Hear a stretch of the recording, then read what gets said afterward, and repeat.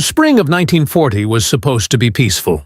After months of what people called the phony war, British and French soldiers waited behind the Maginot Line while Hitler tightened his control over Poland. Both sides seemed fine, doing nothing. On April 4, 1940, Britain's Prime Minister, Neville Chamberlain, told the House of Commons that Hitler had missed the bus by not attacking earlier. The newspapers published his words. People believed him. 3 days later, Germany invaded Denmark and Norway. But that was only the beginning. On May 10, 1940, the real disaster began. Early that morning, German troops started Fall Gelb, or Case Yellow, a huge attack involving 141 divisions smashing into Belgium, the Netherlands, and Luxembourg. The world had never seen such an invasion before. This was nothing like the slow trench fighting of World War I. This was Blitzkrieg, a lightning-fast war. Dive bombers screamed down from the sky, while German tanks broke through defenses that experts had claimed were impossible to cross. The Dutch army, which many thought was strong and ready, lasted only 5 days. The Belgians held on for 18. What made it so terrifying was the speed. In World War I, armies gained only a few yards every week. In May 1940, German tank units were moving 50 miles in a single day. French and British generals still thought like it was the last war. They believed they'd have weeks to move soldiers and set up new defenses. But by the time their orders reached the front lines, the situation had already changed. Messages picked up from German radios were old news before they were even decoded. Reports from scouts describing where the Germans were turned useless because the enemy had already moved 20 miles by the time the report reached headquarters. France had spent billions building the Maginot Line, a long chain of concrete forts along the German border. In today's money, it would have cost about $3 billion. It was a modern wonder, full of underground railways, air-conditioned rooms, and hidden gun turrets that popped out from the ground. But there was one major problem. The line didn't cover the Belgian border. French commanders believed that the Ardennes forest was too thick for tanks to cross. They were terribly wrong. On May 13th, German tanks burst out of the Ardennes and crossed the Meuse River at Sedan, the same place where France had been defeated in 1870. History, it seemed, had a cruel sense of humor. Within a week, German forces had cut between the British Expeditionary Force, BEF, and the main French army. Nearly 400,000 British and French soldiers were being pushed toward the sea, trapped with their backs to the English Channel. In London, the War Office received terrifying reports. Whole divisions had disappeared. Supply routes had broken down. Roads were packed with refugees fleeing for their lives, blocking military trucks from moving. Across the sea, in Berlin, German officers were already celebrating with champagne. German intelligence predicted that Britain would ask for peace within 3 or 4 weeks after France's fall. They thought there was no other choice. The British Army was about to be wiped out. The Royal Navy couldn't fight tanks. Britain didn't have enough factories or people to face the German army alone. Surrender didn't just seem likely. Most military experts thought it was certain. Even in London, some people quietly agreed. Prime Minister Neville Chamberlain's government was collapsing almost as quickly as France. On May the 7th and 8th, Parliament held what became known as the Norway Debate, where politicians angrily discussed Britain's failed attempt to stop Germany from taking Norway. During the session, a conservative member of Parliament named Leo Amery stood and quoted the words of Oliver Cromwell, spoken centuries earlier. "You have sat too long here for any good you have been doing. Depart, I say, and let us have done with you. In the name of God, go." The room exploded in noise. When it was time to vote, Chamberlain's huge majority in Parliament dropped from over 200 to just 81. Technically, he had won the vote, but he had lost the trust of both Parliament and the British people. Here's where the story takes a turn. Chamberlain didn't want to step down. He tried to create a new coalition government with members of other parties, like Labour and the Liberals, but they refused to work under him. There were only two real choices to replace him: Lord Halifax, the Foreign Secretary, and Winston Churchill, the First Lord of the Admiralty. Halifax was the favourite of the upper class. He was polite, noble, and respected in diplomatic circles. Churchill, on the other hand, was seen as reckless but brilliant, a man full of ideas but difficult to control.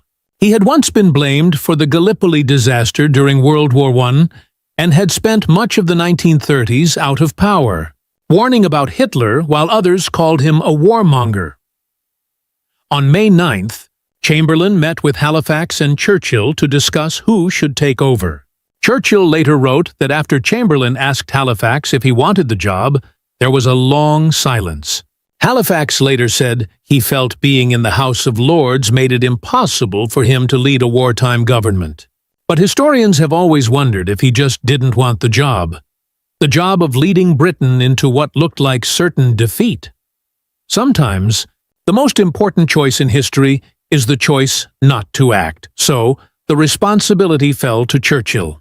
At 6 p.m. on May 10, 1940, the very same day Germany launched its great attack in the West, King George VI asked Winston Churchill to form a government. Churchill was 65 years old. He later wrote, "I felt as if I were walking with destiny, and that all my past life had been but a preparation for this hour and for this trial." It sounded dramatic because it was. Britain was facing its greatest danger ever, and the man now leading it had been seen as a political failure just 1 year earlier. Churchill quickly began forming his new war cabinet. He kept Chamberlain in the government as Lord President of the Council, partly to keep peace within the Conservative Party, and partly because Chamberlain still had many loyal supporters. He made Clement Attlee, the Labour Party leader, the Lord Privy Seal. He kept Halifax as Foreign Secretary, and he gave the important job of Minister of Labour to Ernest Bevin, a powerful Labour figure, so that the trade unions would have a direct voice in government. This wasn't just for show. Churchill knew that for Britain to survive, everyone had to work together. Rich or poor, left or right, worker or noble. Political divisions had to disappear. But while Churchill was choosing his ministers on May 10th and 11th, terrible news kept arriving from France. The Dutch Queen had fled to London. The Belgian army was retreating everywhere.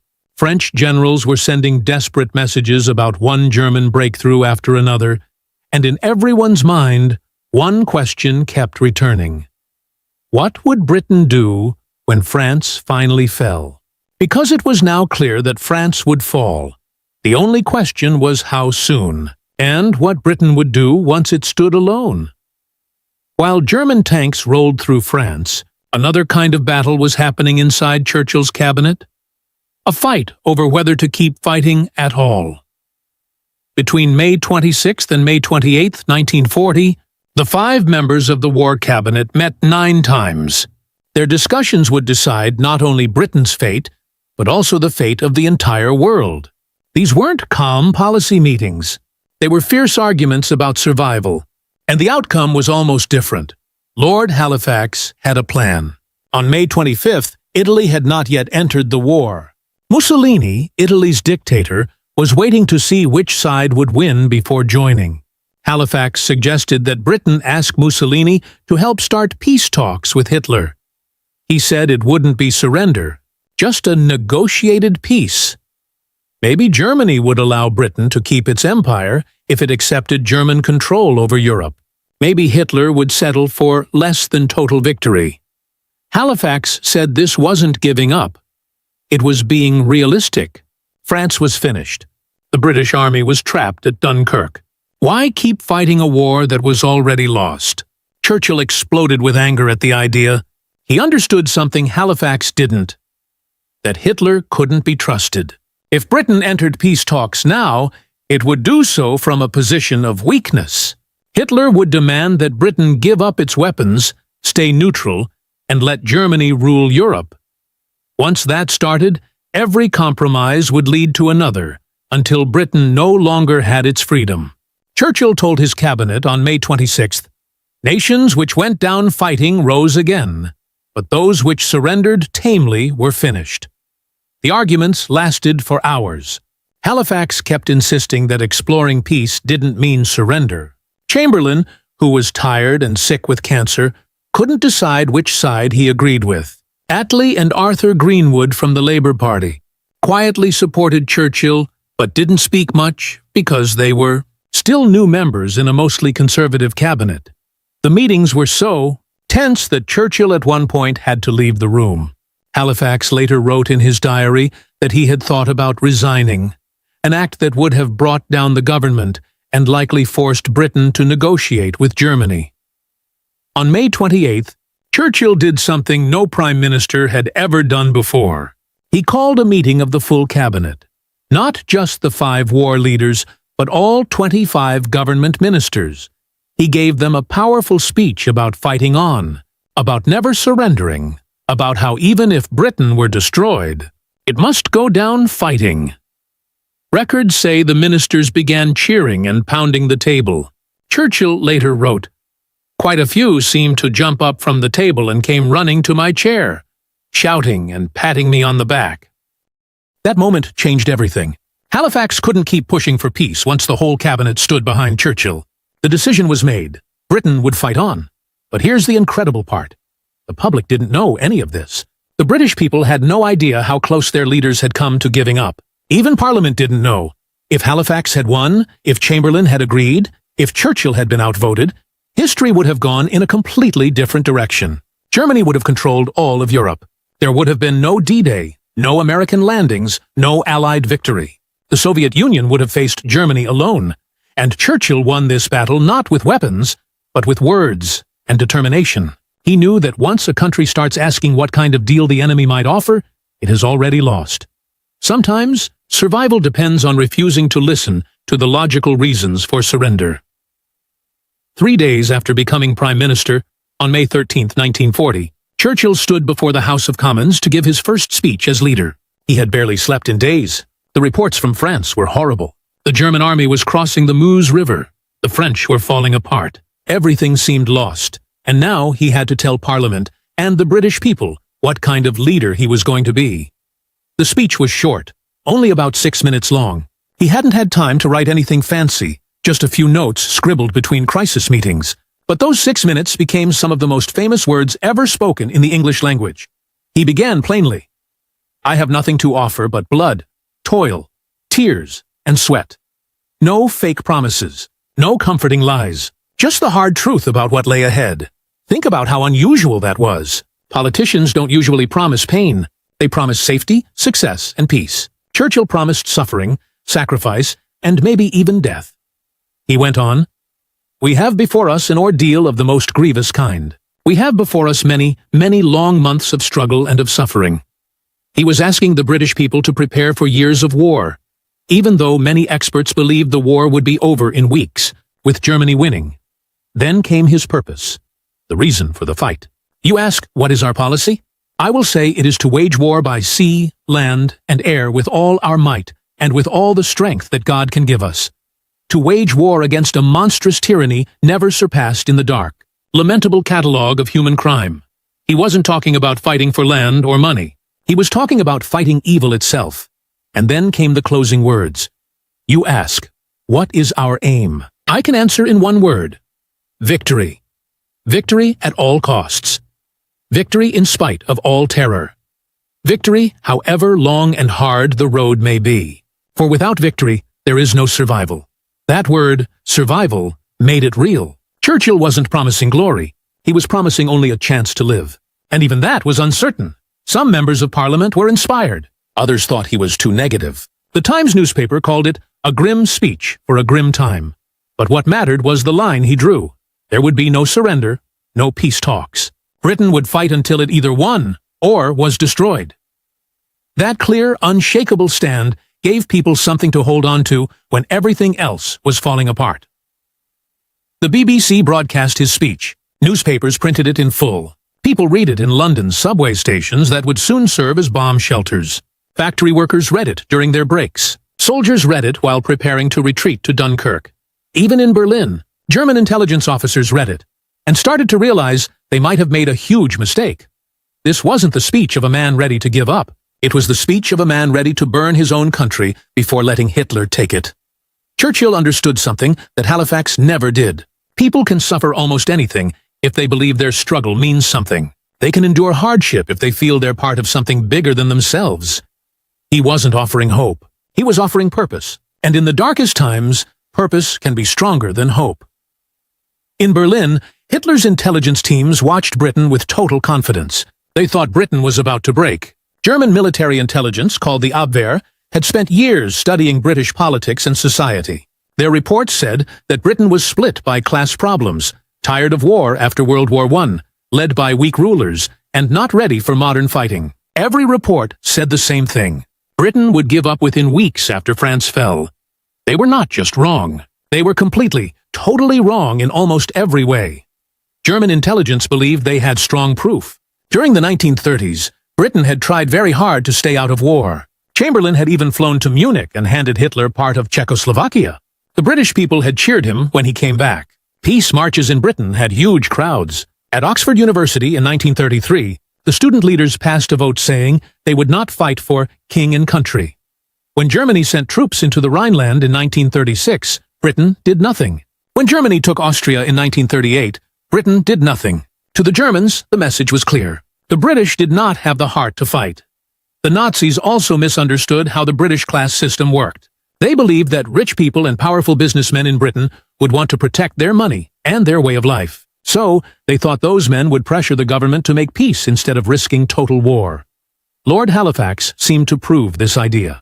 He was a nobleman, and he was the one in government asking to explore peace talks. German notes also said that many rich British families had visited Germany in the 1930s and had spoken nicely about how well Hitler had fixed Germany's economy. So German leaders thought, these people will never let their own country be destroyed, just to fight us in a war they cannot win. Hitler himself added to this mistake. He had studied the British Empire and decided that the British leaders thought the same way he did. All about power and self-interest. In his view, once France was beaten, British leaders would sit down, look at the facts, and realize that the smart, practical thing to do was surrender.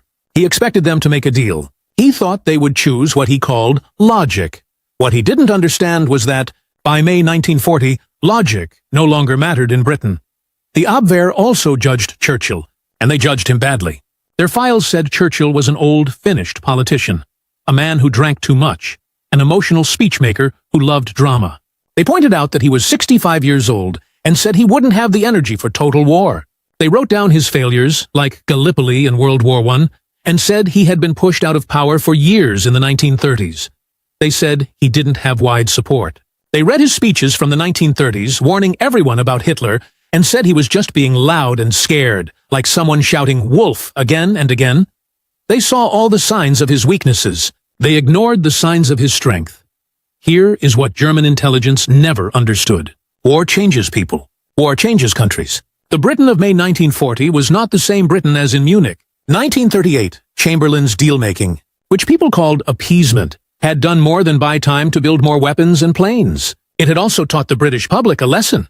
It showed them that Hitler's promises could not be trusted. Every time Hitler said, "This is my last demand," he broke that promise. Every time he said, "I only want this one piece," he took more. Every lie, every invasion, every threat helped the British understand who they were really dealing with.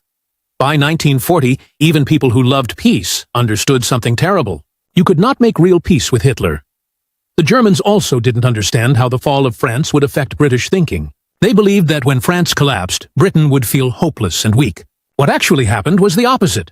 While France was still in the fight, Britain could sort of lean on it. The danger felt shared.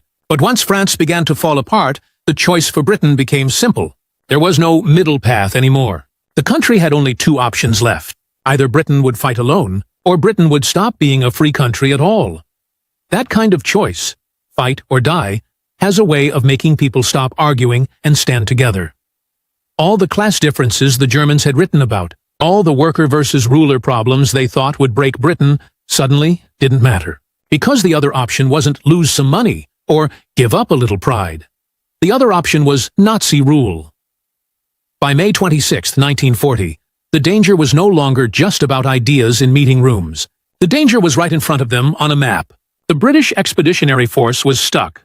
More than 400,000 Allied troops, British, French, and Belgian, had been pushed back to the beaches near a town called Dunkirk. Their backs were to the English Channel. German tank divisions had them surrounded almost all the way around. The German Air Force, called the Luftwaffe, ruled the sky above them. Every trained military mind who looked at the situation agreed on the same awful thing. Those soldiers were about to be wiped out or captured. It was about to become the worst defeat in the entire history of the British Army. General Alan Brooke, who led the 2I Corps, wrote in his diary, "Nothing but a miracle can save the BEF." That miracle was given a name. Operation Dynamo. Vice Admiral Bertram Ramsay, working in tunnels under Dover Castle, was given a job that sounded impossible. He was told to rescue as many soldiers as he could before the Germans closed in. The first guess was very low. Commanders hoped that maybe 45,000 men could be taken off the beaches in 2 days, before the whole position fell apart. The Royal Navy had around 40 destroyers ready, along with some other transport ships. But the math was ugly. Even if everything worked perfectly, the ships could not carry men away fast enough. Too many troops, not enough time. Then something strange happened. The German tanks stopped moving. On May 24th, Hitler ordered his armored units to pause their push toward Dunkirk. Historians still argue today about why he did this. One reason may be that Hermann Göring